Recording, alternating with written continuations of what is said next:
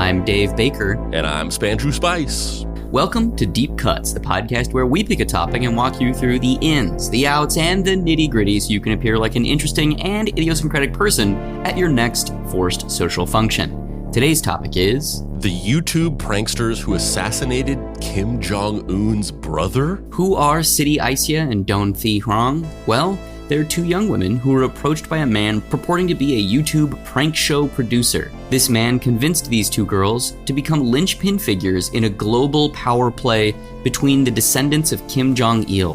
What ultimately transpired was these two women smearing cream onto Kim Jong-il's oldest son, Kim Jong-nam's face, in what they thought was a farcical prank video, but ultimately turned out to be a deadly assassination.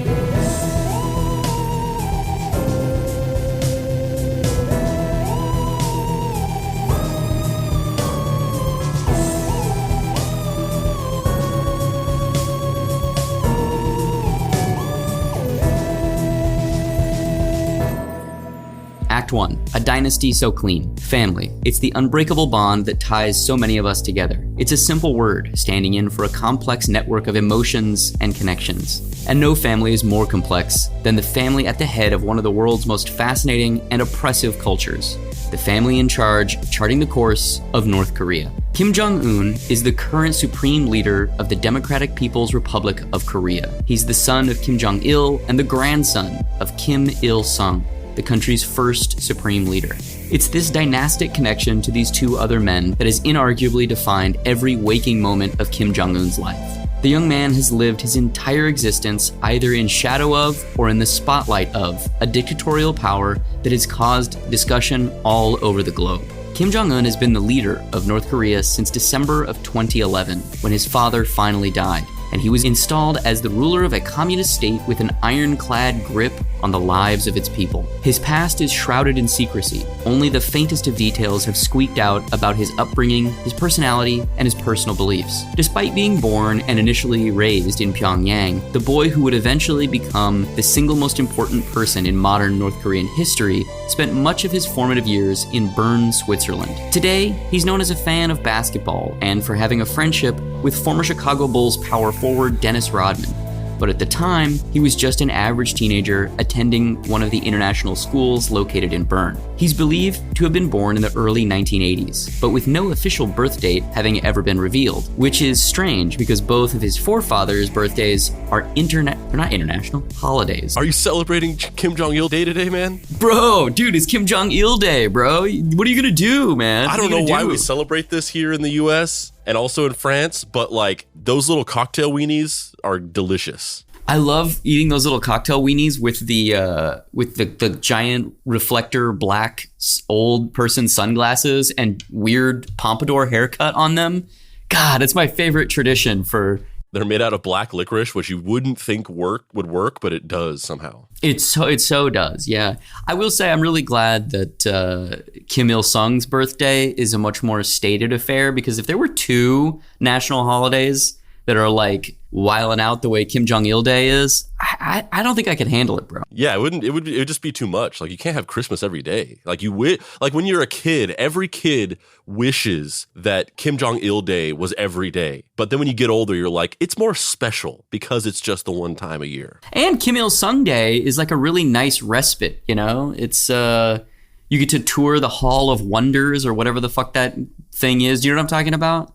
Yeah, you know, where I think it's called like the International Hall of Friendship or something. It's where this is a real thing, by the way, we're not making this up. In North Korea, there's a giant like warehouse basement structure where every gift that Kim Il-sung and Kim Jong-il were ever given during their supreme leaderships are housed. And people make pilgrimages to see this collection of antiquities and items that world leaders have purportedly gifted them in international friendship. It's fucking crazy. It's like the Bat Cave, you know, where there's like a giant penny and a fucking dinosaur and stuff, but it's all just like the Kim dynasty. Well, it's funny that you say that. It's funny you compare it to the Bat Cave, because that leads into something that I wanted to talk about or wanted to say, which is just right up top, the thing that's so fascinating to me about dictatorial power across the globe in general, but specifically in North Korea, because it's so isolated, is this idea of this like this stagnant power, or like atrophying power in a vacuum. Because almost anywhere else in the world, in the Western world, I guess more specifically, power is this cyclical and evolutionary thing, right? Where even if there is some kind of like underlying power movement that's happening, it's happening over a period of years, and there's these periods of growth, and there's this slow building of the power, and then sometimes that power is toppled, and then some other power takes its place. You know, whatever that power may be, whether it's progressive power or fascist power, you know, it takes time for something like that to grow within a societal structure. Like some of the things that we're seeing now with the rise of certain like fascist ideologies has been like slow cooking in the background since like the 1920s. And that's its own whole fascinating situation, where it's like, oh man, all these like groups and lobbies that they created in the 40s have slowly paid off to put like a critical mass of fascist people in power in the United States. Like that's a whole other fascinating thing. But this is like the opposite of that, where it's like Kim Jong-un is just like, he's just in this vacuum of like, okay, you're in charge now. And then like he just like hangs out, and like no matter what he does, he just stays in power. Nothing ever changes or evolves. No matter what mistakes he makes, whatever triumphs he makes, there's almost no stakes to him being in power. It's like no matter what he does, they just make up some story around it. If he has a victory, then like he has a victory. If he fucks up and does something wrong, they're just like, actually, he meant to do that wrong because he was actually told by a magical priest that was what he had to do. And then everyone's like, whoa, yay, victory or whatever. And then in that vacuum, more than any other society, everything is just like made up. Like when you hear some of the details of like how their like government works, it's just like made up bullshit like that, like a bat cave of trinkets. It's so weird to me that it's like you can do nothing to actually like change your grip on the power until somebody like overthrows you someday, which hasn't happened. And I don't think they expect that to happen. And in that vacuum, you're just like fucking improving.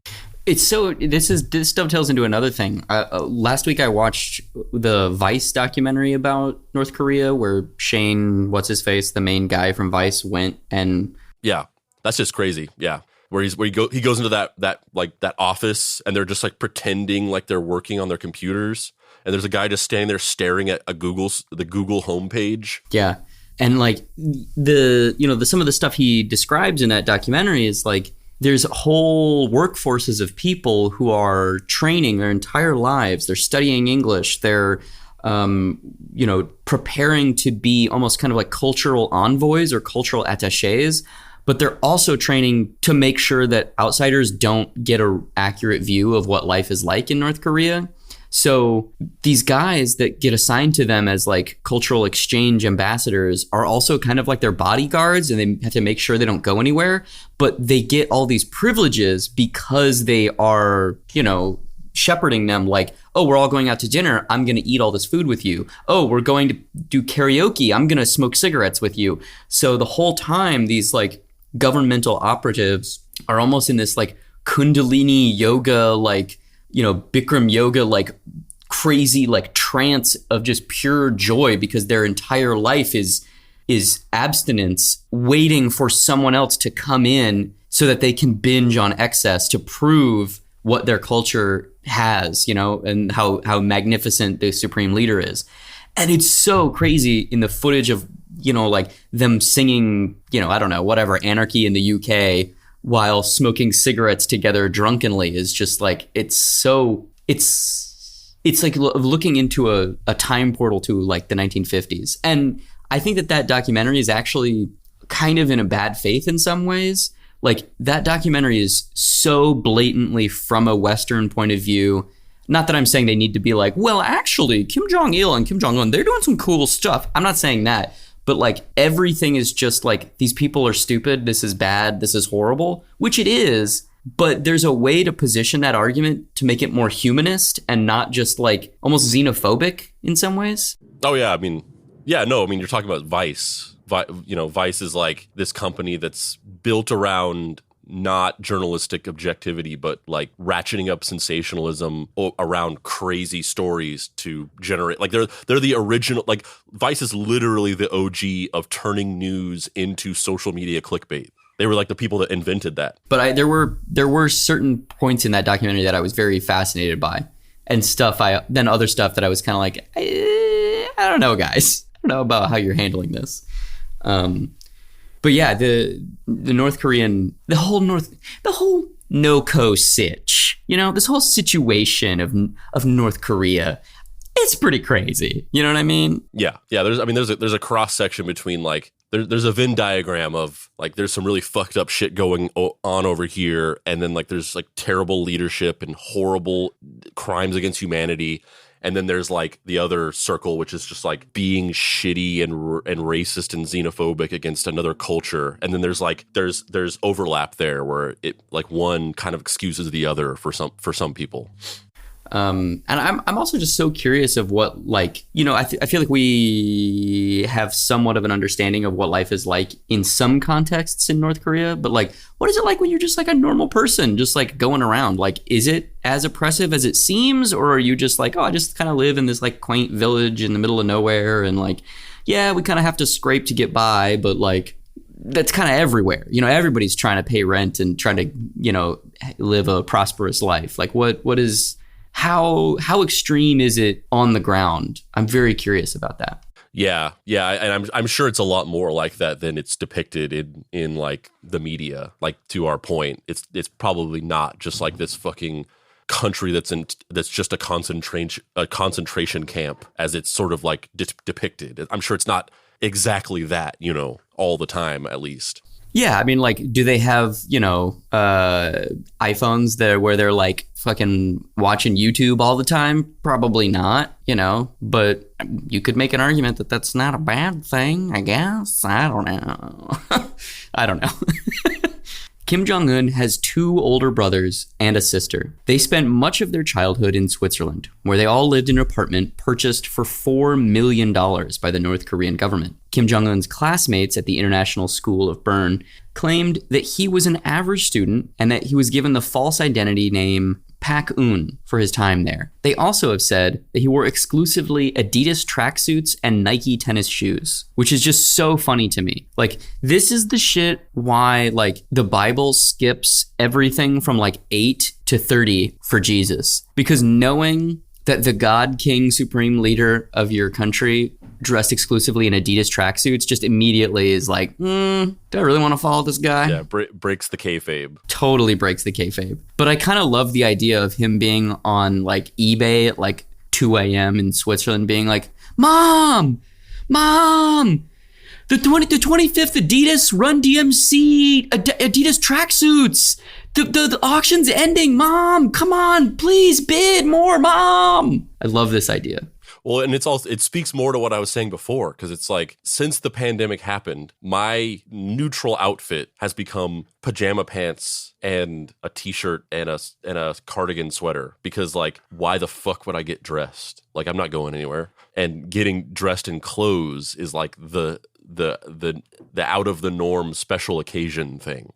But imagine that, but as this massively powerful head of a dynasty, where you're just so like, you're so free to just like conceptually roam around within the context of your life, that you're just like, I'm just gonna wear tracksuits forever, like all the time, because like that's just what I want to wear, and there's no reason not to. I kind of love the idea, though, that there would be like a tracksuit god king, like some country just sets up a dude who's like, yeah, my formal wear is tracksuits. And he just like shows up to the UN in like gold filigreed tracksuits. Like, that sounds amazing to me. Oh, man, I love it. I mean, it's aside from all the crimes against humanity, like I'm on board with that. In his late teens, or maybe his early 20s, we're not sure, Kim Jong-un was recalled back to North Korea, where he attended military school with his brother, Kim Jong-chol. So for the record, the fabulous Kim Jong brothers are Kim Jong-nam, which is their half-brother, he's the oldest, Kim Jong-chol, who we've got a photo of right here, and Kim Jong-un, who's the youngest and the current leader.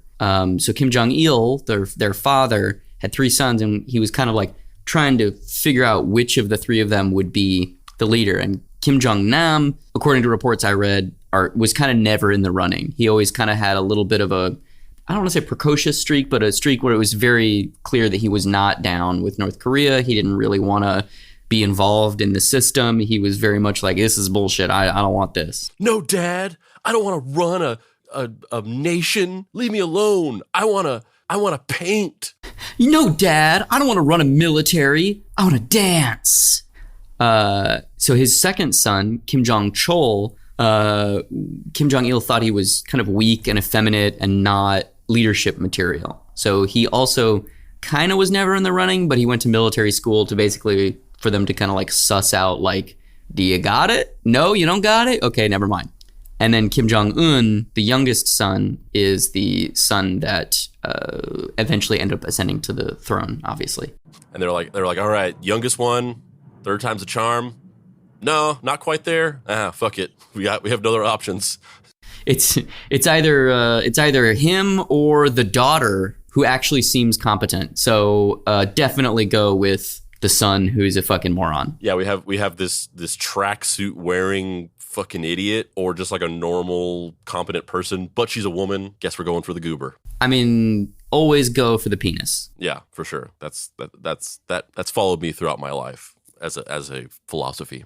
So this is a photo here, Old Dirty Spandrew, that we're going to describe just briefly of the family minus Kim Jong-il, because this is kind of when they were like sort of not in hiding, but when they were in Switzerland. You want to describe these people? Is this the youngest kid?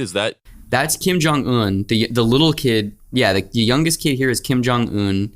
And then it's their mother and their sister. And I believe that the older boy, the teenage boy in this photo is not Kim Jong-chol, but Kim Jong-nam. I don't know why Kim Jong-chol is not in this photo, but... What time period is this from?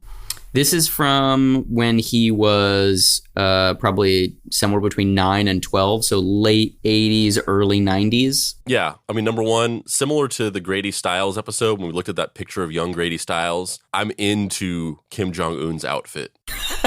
So for the record, he's wearing a white t-shirt, like tiny short shorts that are basically just underwear, small tan Ked shoes, and high white socks. He looks like he's about to like be on like a track team or something. Yeah, I wish I could pull off this look. I don't know, man. You're selling yourself short. I feel like you could. No, I'd be arrested immediately if I wore this. Well, you are 6'3". Yeah. Mm-hmm. Yeah. Well, other than that, yeah, it's funny because the reason why I asked you what time period it was, because the photo is in color, but the styles of the clothes that they're wearing and just something this looks like it's a picture from like the 50s. Mm-hmm, mm-hmm. But yeah, I mean, it's like a normal looking family. Like you would never guess that this was like some fucking dynasty of dictators. It just looks like a norm. This looks like a Sears photo of some family weirdly in the 50s and also the 80s at the same time. Yeah, to me, this looks like a photo that's like the fake photo on the mantle of the sitcom version of like Life with the Kims. Yeah. It looks like the picture that comes in the photo frame. Yeah. I'm trying to think of more puns now that could be used as sitcom titles with the word Kim in them. Like Kim, You Even Believe It would be the name of their show. And, it's about them finding out that their youngest son, Kim Jong-un, is going to inherit a dictatorial nation state hell-bent on nuclear weapons manufacturing. And, it's funny because in this photo, he's a pretty cute little kid. And also Kim Jong-nam's got like a little like smirk, he's kind of like, he seems like he has a little bit of a joke, like, I'm totally going to get murdered by my brother. He's got a little like, little twinkle in his eye. We both know it. Yeah. Whereas his mother and his sister both have like, hide the fear, hide the fear, hide the fear expressions, where it's like, you're trying to have a neutral expression, but like low key, you're terrified that there's a man with an M16 standing right off camera. Yeah, at all times, you might be assassinated around any corner. Yeah.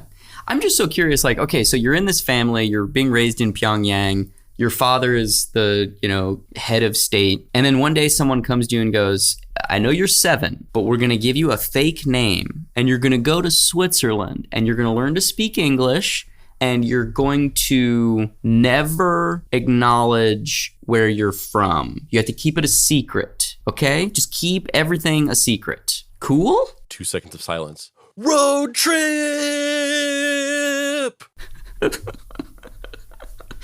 It just must be so surreal to be a part of this family, and also the fact that like so many people in his family are dead, like largely because of the infighting that's happened and the struggle for power. It's crazy when you see the faces of the people that are supposed to defend you and love you unconditionally, who at one point or not, are at least going to passively consider having you assassinated. Yeah, some Game of Thrones shit. So in 2011, Kim Jong-un moved into the big chair, the seat of power. Shortly after, he got married to Ri Sol-ju, a North Korean cheerleader who was selected for him to be his bride. They currently supposedly have 3 kids, but no one knows for sure. Which also just sounds like more made up bullshit. It's just like somebody being like, all right, I need a wife. Bring me a cheerleader. Like, it's just like made up bullshit. It's like, it sounds like what a child would think being powerful was. And now things are going to get even weirder. So during the early years of his reign, his aunt and uncle basically drove the ship for him. Kim Kyung-hyu, which is his aunt, and his uncle, Jang Sok-thak. Let's talk about this photo here. This woman to the left of Kim Jong-un is his aunt. And she's the woman who supposedly kind of engineered his ascendancy, and along with her husband, really was the brains behind the operation until he was old enough to fully take over as the supreme leader. Even though he was supreme leader immediately, she ran the day-to-day operations. Do you want to describe her? It's like a short woman, very kind of like serious and curt looking, obviously dressed in like military garb. Looks weird. So she's standing here like almost like stomach to stomach with Kim Jong-un. And this is like this picture, like there's no better like illustration of what you're talking about than this picture, because it looks exactly like she's like standing up close to him, like being like, all right, now say this. Now, okay, no, don't do that. Say this now. Yes, say yes. Okay, now nod your head. No, don't do that. And then he's like looking off out towards an audience or something like that with this look of like, I don't know what I'm doing. Please tell me. Yeah, I would describe her as being a cross between like the energy of like a mob boss in the body of Mac from Mac and Me. They just Paul Rudd goes on an episode of Conan and just shows them this picture. Yeah, because she's kind of got like lower set cheekbones and kind of a jowly face in the same way that Mac from Mac and Me has, and she has eyes that are a little bit close set together, but she just has this like do not fuck with me energy. Like, this woman is the like you look at her wrong and she's just like, I feel like your time on this planet is no longer needed. Let's kill you. And then you're just beheaded on the spot. Yeah. So her husband, Jang Song-thak, who right here is wearing like a Korean general's uniform, was the one kind of in charge of... The extraction on this espresso was a little weak. It's a little sour. Come with me, barista. So this is a photo of Jang Song-thak, who is her husband, who is a general in the North Korean military, and who kind of was responsible for a lot of the military strategy and day-to-day maintenance of the military while Kim Jong-un was kind of in this fledgling period of his rule. But here's the thing. In 2013, Kim Jong-un had his uncle murdered and all of his uncle's inner circle also murdered. So he basically was just like, let's just do a murder buffet on all those guys. How does that sound? Which I think I knew about that. Like, I remember hearing about that. That was much more widely reported than the story we're talking about now, which is crazy because we'll get to it, but it's insane to me that I never heard this story. But I remember this story in the news during that time, for sure. And here's where things shift from Korea to Malaysia, where this familial dynasty is about to be put on an increasingly global stage.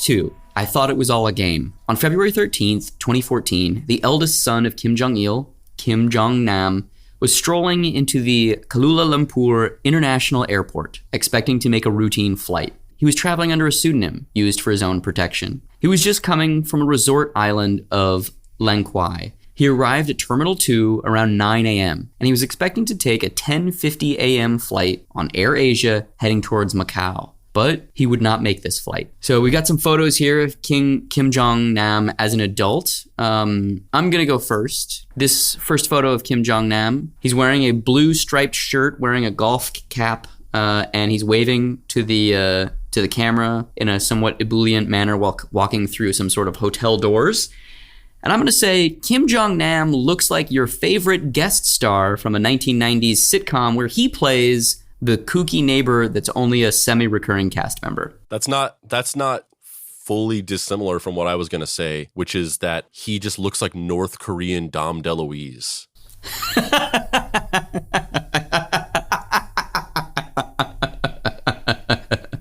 Have I ever told you that I had like a thing about Dom DeLuise as a kid? No, I don't think we've ever discussed Dom DeLuise. I loved Dom DeLuise. Like as a 6-year-old, I was like, "Oh, can we watch a new episode of Lamb Chop? Because hopefully Dom DeLuise will be in it." Oh yeah, I love Dom DeLuise too. I love that guy. And you're right.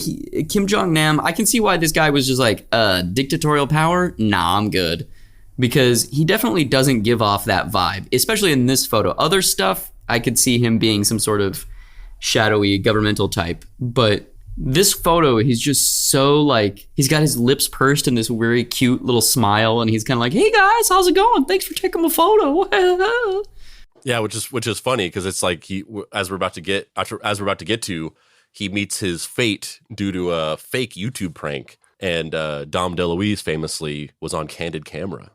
Dom DeLuise also famously assassinated people through candid camera. Yeah. Every episode of Candid Camera was actually just an assassination.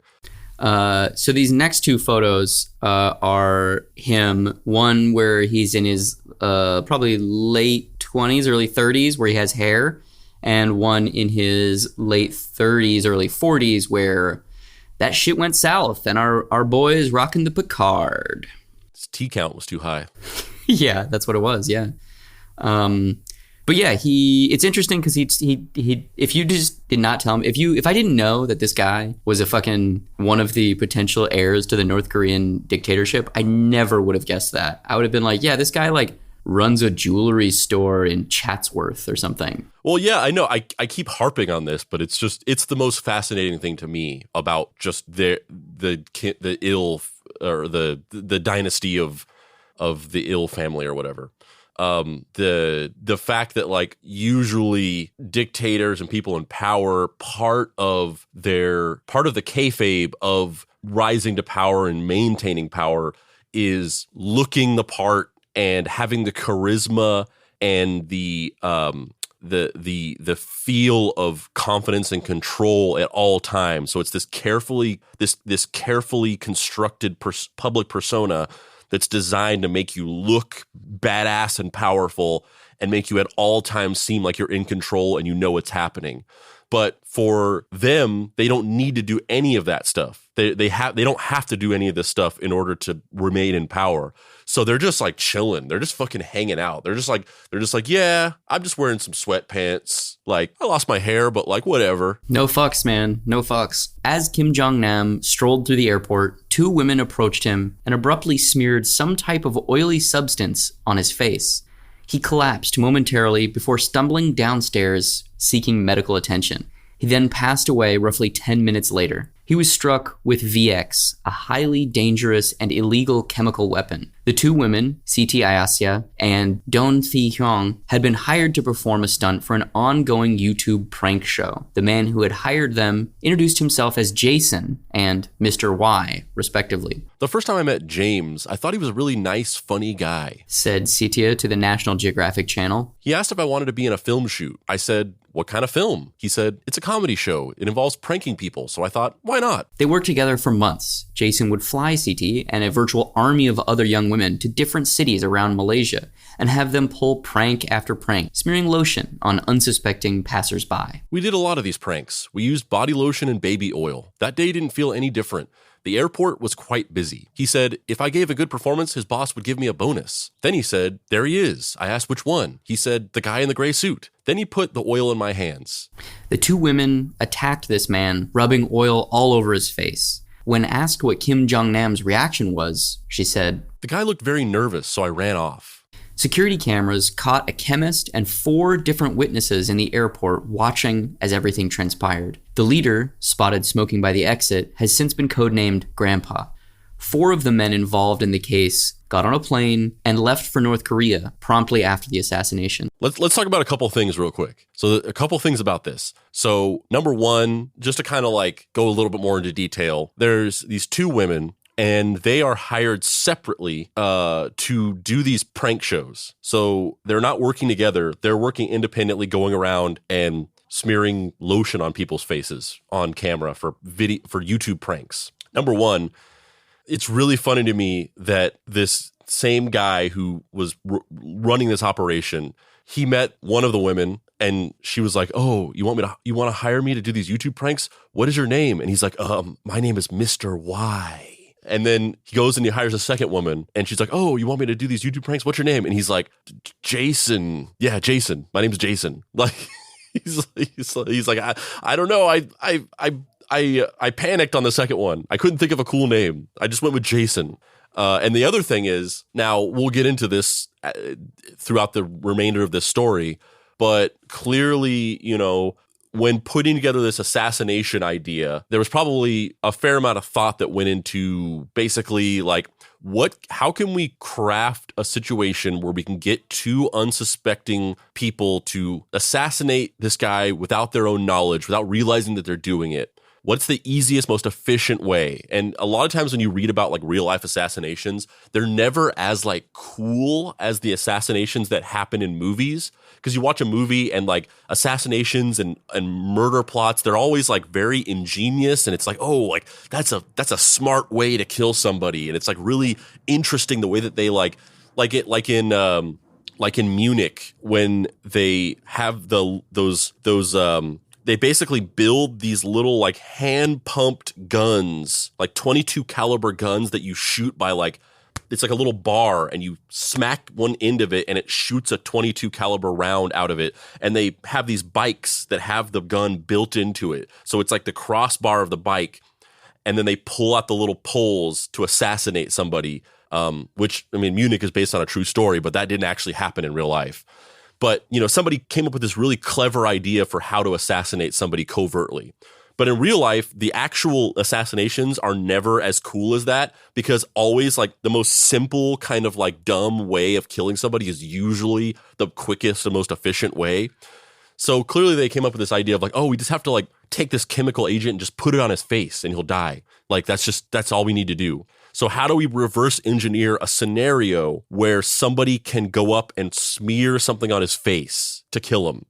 And they came up with this idea of doing YouTube pranks and like gaslighting somebody into thinking that they're doing YouTube pranks so that they eventually do this in this like multiple steps of removal way where the person doesn't realize it and anybody who sees the assassination will think that it's like a prank gone wrong or something. And so for months, they were just doing these pranks where they were just walking up to people and putting lotion on their face. Lamest prank ever. Yeah. But also they were doing it with like not just these 2 women. Like these are the 2 women that did it the best. These were the 2 best lotionizers. Yeah, they were testing different people and then they whittled it down to these 2. They were like the most convincing and the most effective at doing it. But the prank that they were doing that they thought were going onto YouTube and getting millions of views was, I'm just going to put lotion on this stranger's face. Amazing. Like, I can only imagine if I was doing that, I'd be like, I mean, they're paying me, but like, this sucks. Like, these aren't funny. This is the dumbest thing I've ever done. Like, who's watching this and thinking this is hilarious? Oh, lotion on your face. That's how lotion works. You just rub it in and it's gone. I moisturized you. Please make sure to like and subscribe for more Streisand's. Just getting them more Streisand's going on, baby. You just got Streised. Thank you. Oh, I feel so rejuvenated right now. After the hubbub died down, the Malaysian police arrested 2 women and 9 North Korean nationals that were thought to have been involved in the case. The North Korean government, however, barred any Malaysian citizen from being a passenger on or traveling outside of the country of North Korea, thus holding them hostage, forcing the Malaysian government to turn over the North Korean nationals back to them. Without anyone to prosecute, the government put the 2 women on trial. Turning our attention to the latest on the Vietnamese woman accused of participating in killing Kim Jong-nam, the half-brother of North Korea's leader. She will soon be released with the charge of murder downgraded to assault. Here's Kim Mo-gyun with the updates. Prosecutors in Malaysia have decided to drop the charge of murder against Vietnamese national Doan Thi Huong, who had been detained for the past 2 years for taking part in the killing of North Korean leader Kim Jong-un's half-brother Kim Jong-nam. Media reports say Monday that the charge was downgraded from murder to assault and that Huang was sentenced to 3 years and 4 months behind bars, including time already served. The judge reportedly said the decision was aimed at finding a balance between the interests of the public and the interests of the accused. Huang's lawyer said that under the Malaysian law, she could be freed as early as the first week of May due to a 1/3 term reduction for good behavior. Now, as far as the one is concerned, we are happy because ultimately she can go home within a month. And AG has reconsidered our representation, prepared to offer an alternative charge, and we are happy with that. The sentence came 3 weeks after Huang's Indonesian co-defendant, Siti Aisyah, was set free reportedly with help from the Indonesian government. On February 13, 2017, the 2 women smeared a lethal nerve agent on Kim's face, which eventually killed him on his way to the hospital. The 2 have been pleading their innocence, claiming that they were tricked by 4 men into believing that they were taking part in a reality TV prank. Those 4 men, identified as North Koreans, fled Malaysia on the day of the incident. Interpol issued a red alert, but they are still at large.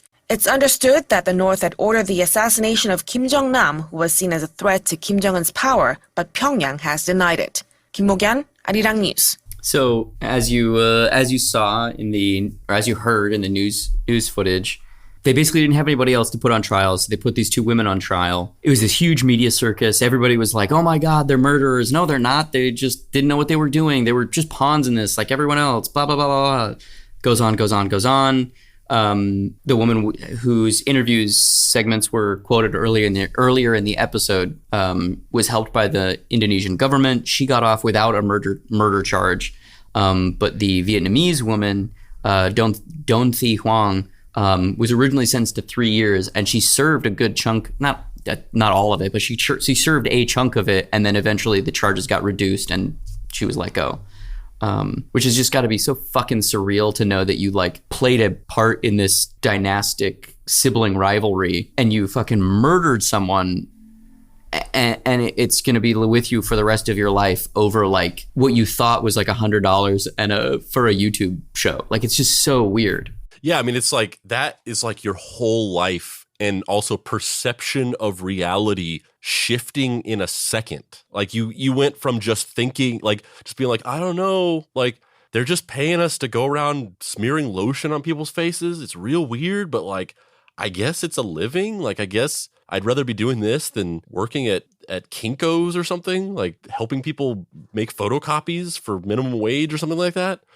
And then in an instant being like, oh, I assassinated a fucking like royalty on accident. It's like your whole life just shifts in a millisecond. It just turns. And no matter what you do now, one, you probably feel just horrible about it, but also everyone knows that about you. So now your persona for the rest of your life is that. Like it's like impossible to escape that. Yeah. And by the way, I don't know why I use Kinko's as an example. That doesn't even exist anymore.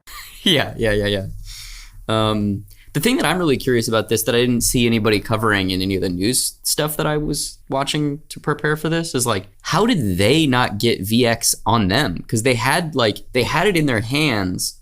Yeah, I thought the same thing. Yeah, I was like, how did it not affect them? Maybe it needs to be on your face, like around your mouth and nose or something.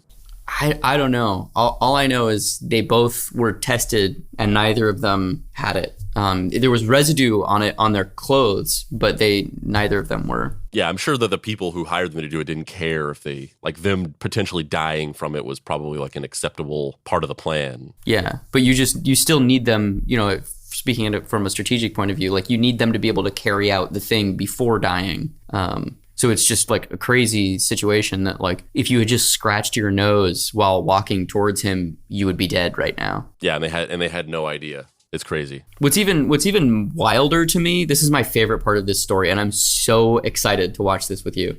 My favorite part of this story is the North Korean government's response to all this. They refuse to admit that the assassination attempt was fueled by their machinations. And specifically, they don't even think that Kim Jong Nam is the guy who got killed. Like, they refuse to admit that he was Kim Jong Nam traveling with a fake ID. They're like, no, I think it's Kim Choi, I think is the name of the person, his persona. They're like, no, the guy is Kim Choi. He's Kim Choi. Kim Choi is dead. We should look into why this Kim Choi guy is dead. I don't know what the fuck's going on. Real sad that we lost Kim Choi. He was a great guy. Loved him. But not my brother. Watch this interview though.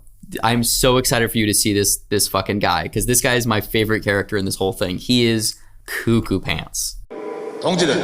That North Korea tried to make the point by assassinating him, that's ridiculous. And that's being said as a truth, not as a suspicion. In a cast of unlikely characters, Alejandro Caldebono is surely the most bizarre. Cal, a Spaniard, is special representative of the North Korean Foreign Ministry and claims the police not only have the wrong suspect, they don't even have the right victim. You're saying this wasn't Kim Jong Nam? This was not Kim Jong Nam. So who was murdered in the airport? Kim Chol, citizen Kim Chol, in all his documents, in his passport. Why would someone want to assassinate Kim Chol? We don't know the reasons. We don't know. We try to clarify why someone killed this person, if he was really killed, if it was not a plot. Okay, so it's like literally just the joke I just made is literally just what this is. He's like, I don't know, man. He was a great guy. I don't know what happened to him. From their own CIA or South Korean intelligence. And with a nerve agent supposed to be a weapon of mass destruction, which is ridiculous. As far as Western intelligence is concerned, the plot was devised by Kim Jong-un, who purposely ordered the use of VX poison to send a message to the world. Do you think they want us to know they've got this? Absolutely. I think they want to be part of, the sort of WMD, weapons of mass destruction or weapons of mass terror club. I think they're saying, look, we are a serious player here. You can no longer ignore us. Does North Korea have VX nerve agent? But that's a question to be made to an official in charge of the army. I'm a cultural representative. If I knew that, it will be quite strange or ridiculous. So would it be fair to say if you're not briefed on whether North Korea has chemical weapons, you wouldn't be briefed on whether an assassination happened in an airport in Kuala Lumpur? No, it's not. I will not be. Don't try to find a way to try to make your point to accuse our country. You are just trying like a snake to sneak around. He's Malachi Love Robinsoning. Dude, it's also like, you can tell that he is like, fuck, that's a good point. Because his eyes like unfocus for a minute and then they like refocus with him being like, don't try and skirt this. Don't try and, obfuscate the discussion. And then he goes into, I'm thinking of what I'm saying one word at a time mode. Yes. I found all kind of excuses. I told you, it's not that I have to be briefed. It's just a matter of logic and a matter of how we operate. A way of and then thinking it just becomes word salad. It just becomes like, I'm just saying shit. You caught me off guard. I literally have no response to what you just said. Like, you're absolutely right. And so now I'm just going to say words. It's never that way. And we never work in that way. It now seems all the North Korean agents have escaped sanction. 3 suspects holed up in the North Korean embassy in Kuala Lumpur have been allowed to leave the country. Excuse me. Could you talk? Can we talk? But the 2 young women charged with murder seem doomed. Siti is adamant she's innocent, but that may not save her. Is she scared now about what will happen? Of course she's scared because nowadays she's being charged for murder. What's the penalty she's facing? In Malaysia, if you're charged for murder, there's only one penalty, that is death by hanging, no other penalty. And even if the women were to somehow walk free, they may forever be themselves a target. I've been a lawyer for 37 years, and this is the first time my client ever wear a bulletproof vest to the court. They think she's a target. Of course, likely to be from North Korea. Why would they want to kill her? Then they would have silenced her, innit? And as for the rest of us, well, we know they have weapons of mass destruction. Now, they've shown their willingness to use them. How far would North Korea go to protect its interests? I will try to say it with a word we used to say in Korea, okay, the phrase is that there will be no world without Korea. So it will go all the way. If North Korea is attacked, you can expect a nuclear war, and a nuclear war that will obviously affect all the world.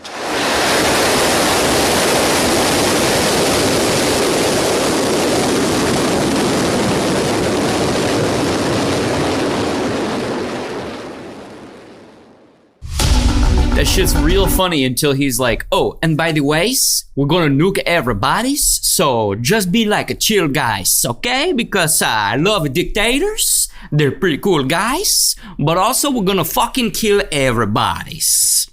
And I just like moved here and wanted to do this.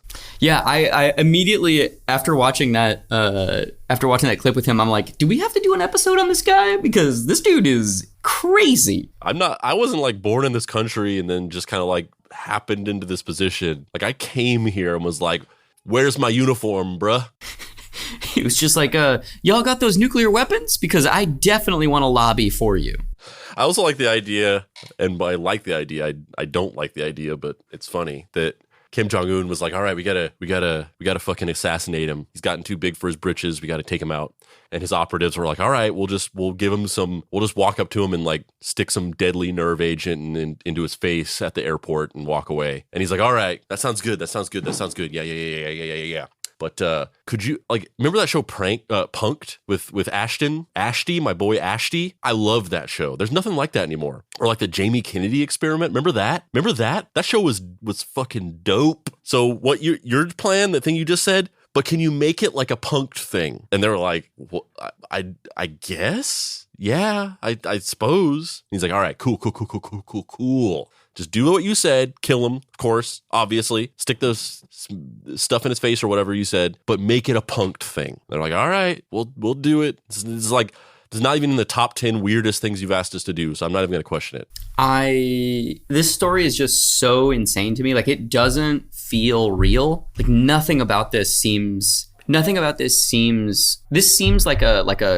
counterintelligence psyop where it's like, we're going to falsely disseminate a news story to show how idiotic the North Korean military and intelligence community is by saying that there was a failed assassination attempt where they staged situations and pretended to be a YouTube prank show. And then for some reason, it actually worked. And then the CIA had to be like, shit, fuck, damn. Yeah, I guess it was them. It was totally the North Koreans. They're criminal masterminds. I just can't believe that I never heard of this story. Because like I said, to my point from before, like especially like during 2013, there was like everything about North Korea was being talked about in the media. The thing about him assassinating his uncle was like a big story. That was around the time that movie came out, whatever that movie was called, Seth Rogen and James Franco movie. The Interview. Yeah, that movie came out then. It was like a huge topic that was being talked about. Every little thing that they were doing was being discussed. And this story is like way bigger and way crazier than the uncle story. But I never heard about this. I hadn't heard about it until you sent it to me. And I immediately was just like, oh, this is an episode of the show, 100%. Yeah, it's insane. And there's a whole documentary about this too. It's called it's just called Assassins. Came out in 2020. And here we are, definitely having all of the information. This is the only thing that this story I feel like is we kind of know most of the information, but like anytime there's all this documentary stuff, or it's less documentary and more of the whenever there's like a serialized prestige TV show or a feature film made out of one of these historical events, I'm always like, But is that responsible to make something like that right now? Like, we don't have the full breadth of the story or the history for any of this shit. I guess this is a slightly different point than what we're talking about right now. But anytime this stuff kind of makes its way into the world of movies, I'm like, I feel like it's kind of irresponsible to not wait 50 years. Like, what if it comes out that these two women actually are assassins? Like, you know what I mean? Like, I don't know.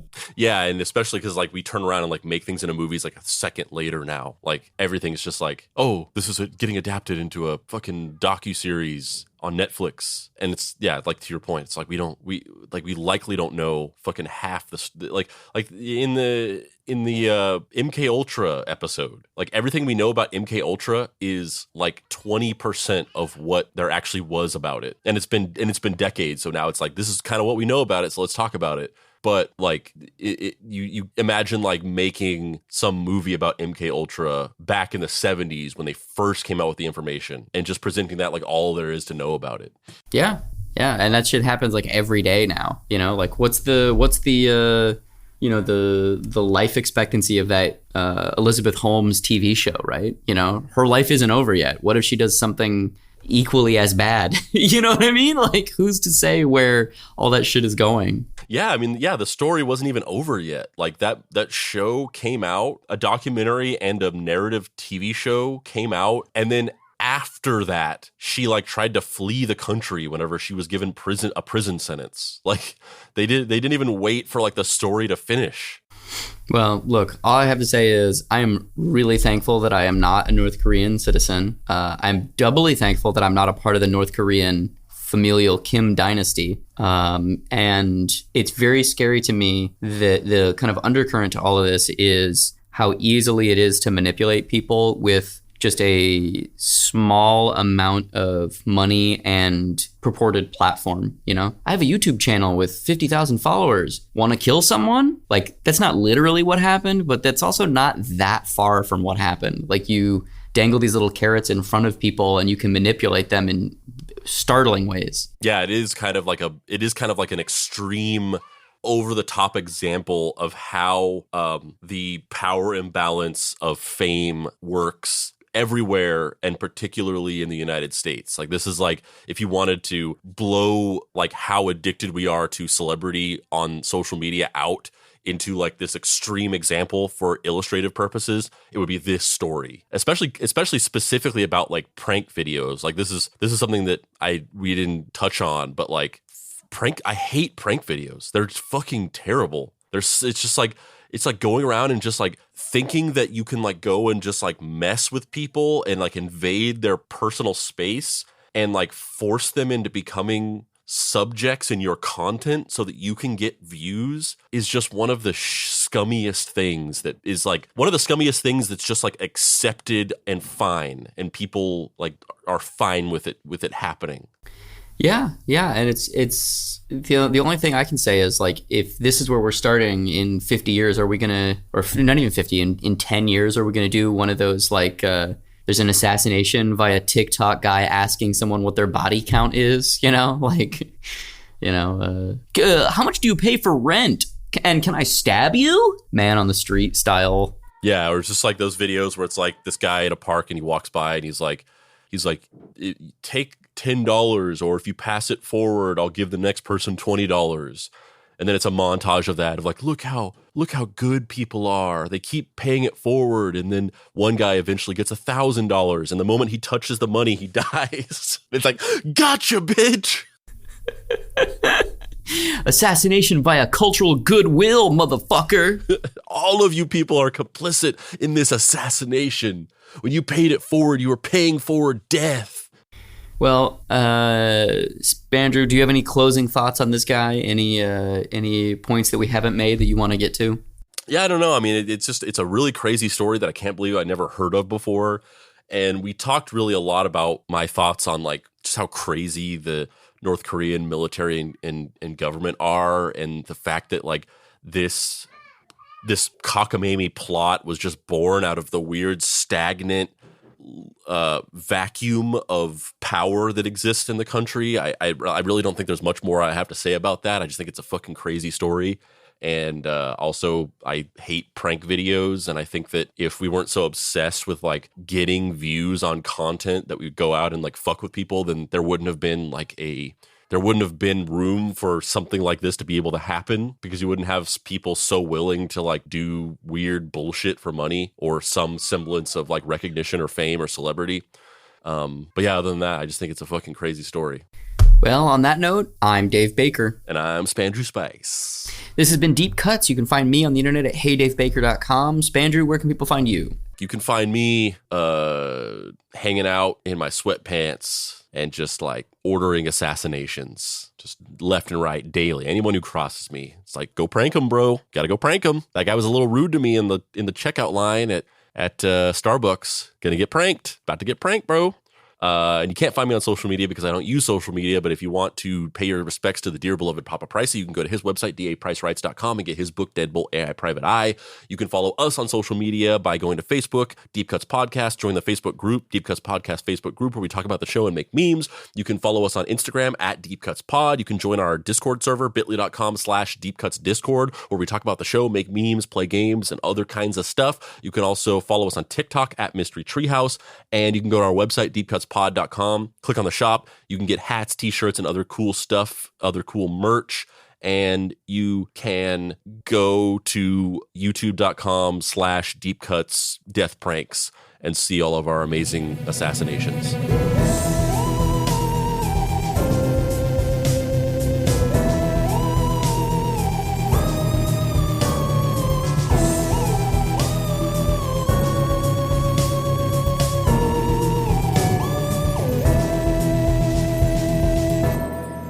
Deep Cuts is a production by Boy Genius Media. If you'd like to find this show and others like it, please visit boygeniusmedia.com or deepcutspod.com. If you want to join in on post-episode discussions, please join the Deep Cuts Podcast Facebook group. Finally, subscribe to our YouTube channel for additional video content.